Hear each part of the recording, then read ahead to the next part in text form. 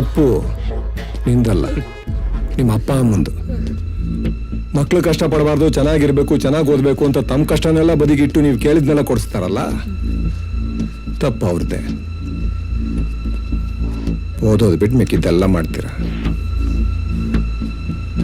ಈ ವಯಸ್ಸಲ್ಲಿ ಸೆಕ್ಸ್ ಕಾಡುತ್ತೆ ನಿಜ, ಆದ್ರೆ ಸೆಕ್ಸೇ ಲೈಫ್ ಅಲ್ಲ. ಬರೀ ಅದ್ರ ಬಗ್ಗೆನೇ ಕಾನ್ಸಂಟ್ರೇಟ್ ಮಾಡ್ಕೊಂಡು ಕೂತ್ಕೊಂಡ್ರೆ ಲೈಫೇ ಚಿತ್ರಾನ್ನ ಆಗ್ಬಿಡುತ್ತೆ. ಸಾರಿ ಸರ್, ಇನ್ನು ಮುಂದೆ ಈ ರೀತಿ ತಪ್ಪಾಗಲ್ಲ. ಸಾರಿ.